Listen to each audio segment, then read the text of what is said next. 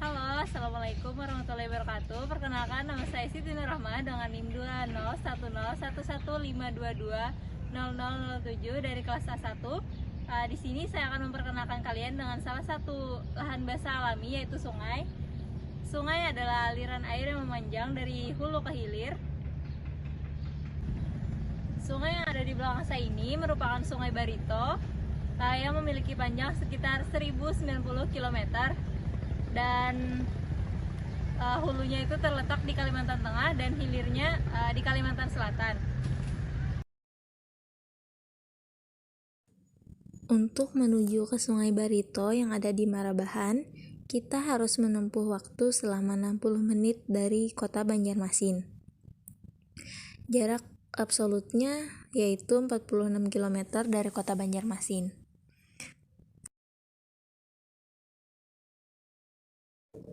Sepanjang perjalanan, kita disuguhkan dengan pemandangan yang sangat hijau di kiri dan kanan. Ada juga sawah masyarakat sekitar yang mulai ditanami dengan padi. Hal yang menandakan bahwa kita sudah sampai di kota Marabahan yaitu jembatan Rumpiang. Jembatan ini dibangun pada tahun 2003 dan diresmikan oleh Presiden Susilo Bambang Yudhoyono pada tanggal 25 April 2008. Dengan hadirnya jembatan ini dapat memperlancar arus lalu lintas dari kota Marabahan menuju Banjarmasin, begitu juga sebaliknya, yang sebelumnya masyarakat untuk berpindah dari Marabahan ke Banjarmasin harus menggunakan kapal feri untuk menyeberangi Sungai Barito yang cukup luas ini.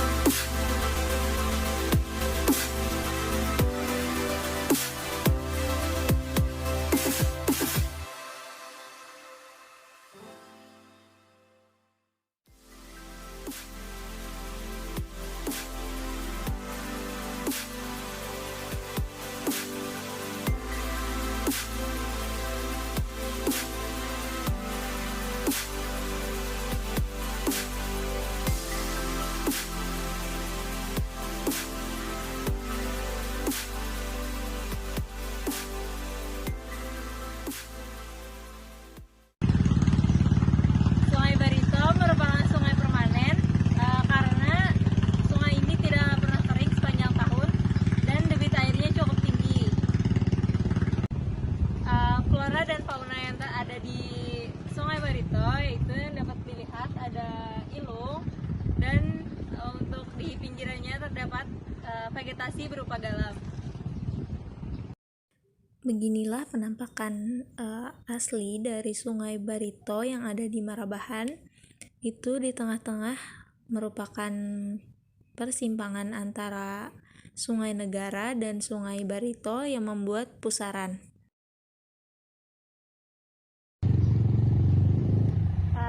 Potensi di sekitar Sungai Barito yang ada di Marabahan ini selain tadi dijadikan tempat wisata, ada juga tambak di sini, tambak buatan yang dibudidayakan, yaitu ada ikan patin, ikan nila, dan ikan mas.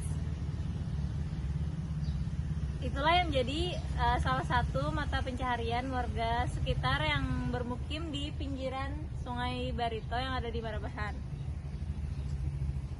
Sungai Barito yang ada di Marabahan ini juga dijadikan tempat sebagai tempat perlombaan, yaitu lomba dayung dan lomba kelotok. Mengapa dijadikan sebagai tempat lomba? Karena dilihat dari kebiasaan masyarakat itu sering mendayung untuk pergi misalnya ke ladang mereka atau untuk pergi ke pasar.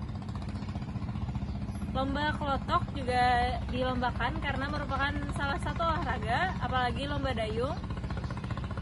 Setiap sore di sini ada pemuda dan anak-anak yang berlatih dayung setiap sore hari.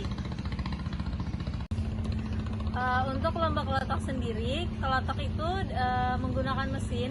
Kelotoknya runcing, diperkecil karena untuk mempercepat laju kelotok tersebut. Setelah itu kelotok tersebut ditaruh mesin, kemudian dijalankan dengan kekuatan yang cukup cepat. Peserta dari lomba kelotok tersebut bermacam-macam dari kalangan usia yang anak SD, anak SMP, orang tua hingga orang dewasa. Potensi Sungai Barito sudah terlaksana dengan baik, contohnya dibuatnya Siring Ulek Marabahan ini. Kenapa dinamakan Siring Ulek Marabahan? Karena ulek itu maksudnya ada pertemuan dua arus air, yaitu Sungai Barito dengan Sungai Negara. Di situ dapat dilihat ada pusaran air karena bertemunya dua arus sungai yang besar.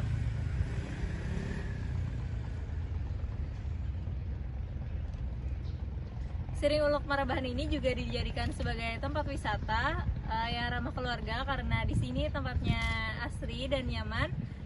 Jika sore hari kalian dapat melihat matahari senja yang dapat dilihat di sini.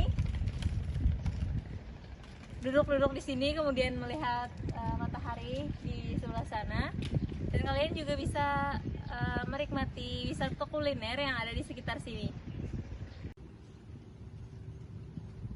Pemandangan yang ada di video ini merupakan bagian dari Siring Ulek Marabahan yang sangat rindang dan bisa untuk menikmati matahari senja pada sore hari.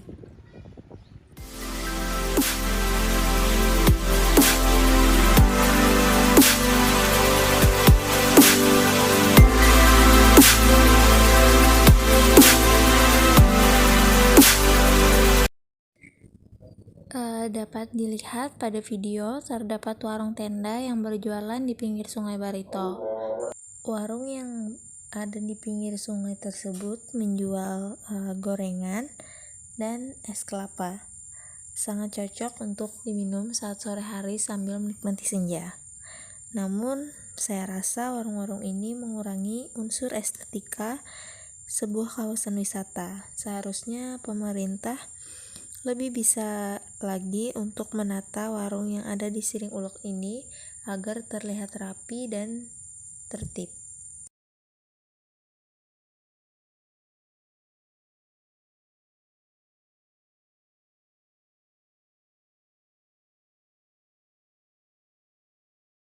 Berikut ini merupakan potensi yang diambil oleh masyarakat sekitar, yaitu tambak yang menjadi penghasilan sehari-hari mereka.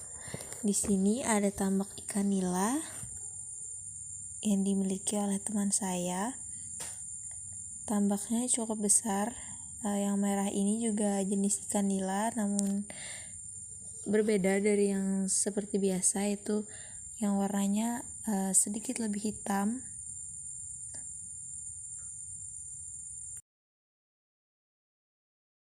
Tambak-tambak ini berada di belakang rumah mereka, namun ada jarak antara tambak dengan rumah.